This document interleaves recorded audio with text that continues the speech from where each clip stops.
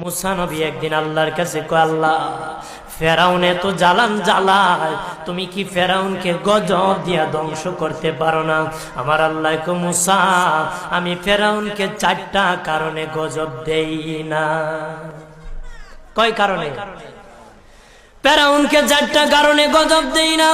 1 নম্বর কারণ হলো রে মুসা, সারাদিন ফেরাউন বলে আমি খোদা, আর রাত যখন হয়ে যায় জঙ্গলে যায় করলাম আমি জানি তুমি খোদা, আমি খোদা না, কিন্তু আমারে মানুষ খোদা কইলে ভালো লাগে, খোদা কইলে ভালো লাগে।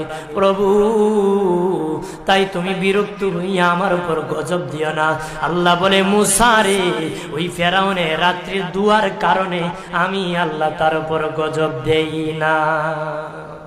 2 নম্বর কারণ হলো, আরে মুসা তোমার মুখে দাড়ি, ফেরাউনের মুখে দাড়ি, তোমার পরনে জুব্বা, ফেরাউনের পরনে জুব্বা,